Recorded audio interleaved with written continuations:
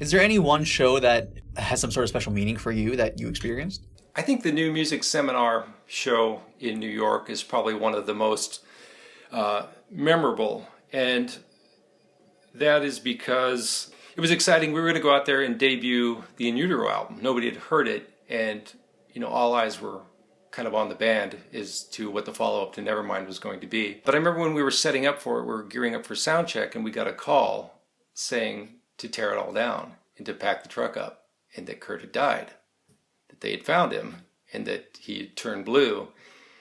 And it's one of those just weird things where you're in shock, and 15-20 minutes later you get another call saying, no, we got him moving, so let's hold off, put it all back, and we're doing the show. So I remember just thinking, like, it's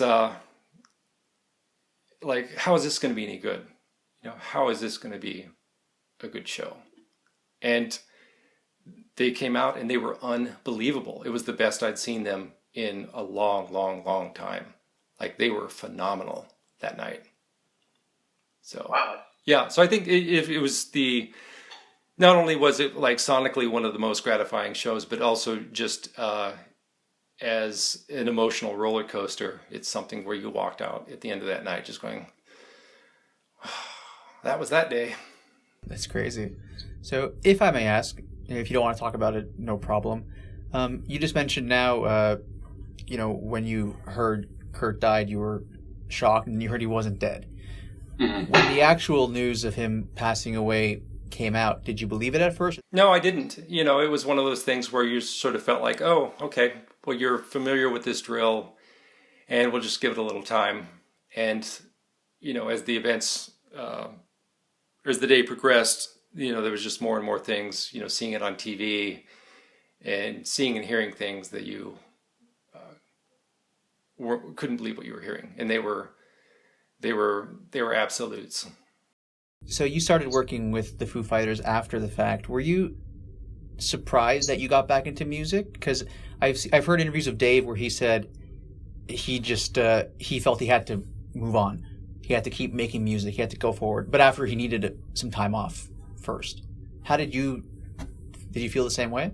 Yeah, I think that I was probably more uncertain as to what would happen. Well, shortly after Nirvana ended, I got a job offer to go work for the Rolling Stones as a bass tech. Bill Wyman had just left.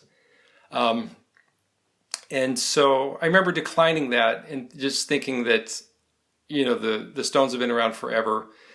They've got a road crew that have been around forever. And, with Nirvana, you had this good fortune that these were your friends, and that,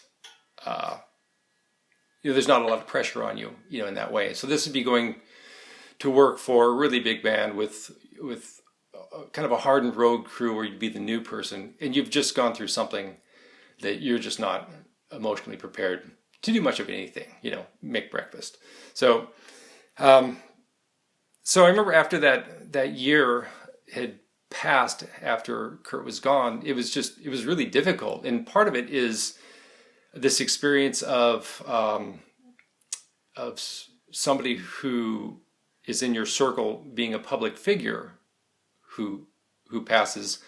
It's really unlike anything else, because I at the time, it's one of those things where it's no secret that you work for this band. Most of your friends know this, and a lot of people around you know this. Well, something like this happens, and even though this isn't somebody that all your friends work with or know on a first-hand basis, their losses are real as well. They've lost somebody that they were, they paid attention to, and somebody that they enjoy.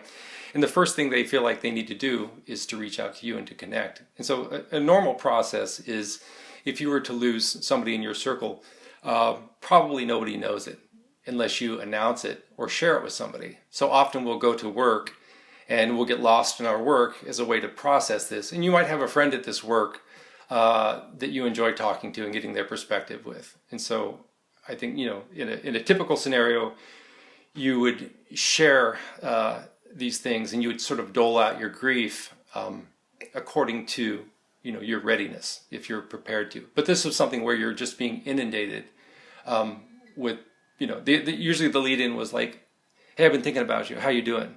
It's like, oh, pretty good. Well, I can't stop thinking about it. You're like, oh, okay. Here we go again. And it was just a constant. It was over and over and over. And so it was just something that you really couldn't escape. And so I remember after a year when Dave called up, I knew that he had the Foo Fighter, project rolling, and he said, hey, we're going to get in the van and go on tour in a couple of days. You want to just jump in and just go?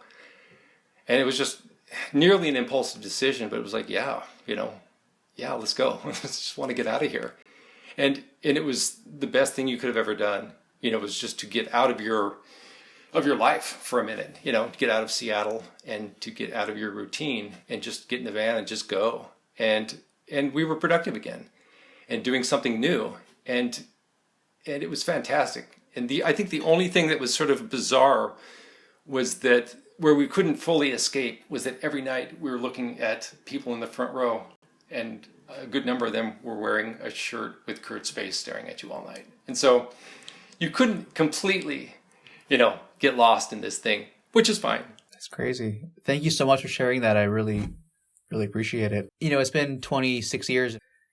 Are the feelings still as raw as they were back then, or how do you deal with it now? No, in fact, but the funny thing is that they took a really long time, and it was probably about 5 years ago that I realized you were finally at a point where it didn't really affect you in the same way that it did for a long time. And that was when this idea of this abnormality about, how we, typically, I think, throughout life when somebody passed on, there was this natural process where, just this loss of their presence, and eventually, with the way that memory works and keeping things around, you would begin to lose these details of people, and they would eventually fade, into the past, and you would move forward. Well, this is one where, constantly you go into the grocery store and you'd see, a magazine on the rack, and you're just like, wow, and it was just weekly. And so it was something where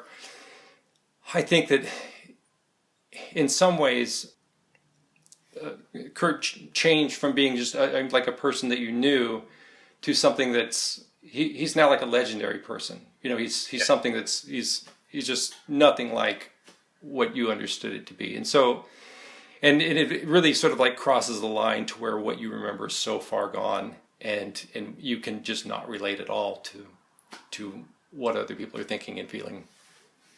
I hear you. With someone like Kurt, I mean, I was speaking with Alice Wheeler a little while back, and she told me that, Kurt was a very good friend of hers, and when she would hear people like on the TV or radio talking about him like he was this sort of god figure, it kind of bothered her because, yes, he was super famous, but he was a person at the end of the day. In your opinion, what is the biggest misperception of Kurt that there is out there? I don't know the answer to that because I don't know that I have an understanding of how the mainstream views him. So, I guess I can kind of take a guess that, that he's sort of seen as this perfect product. But yeah, he was a guy who was really good at his job, and he wrote amazing songs. He knew how to sing, and he knew how to be an entertainer.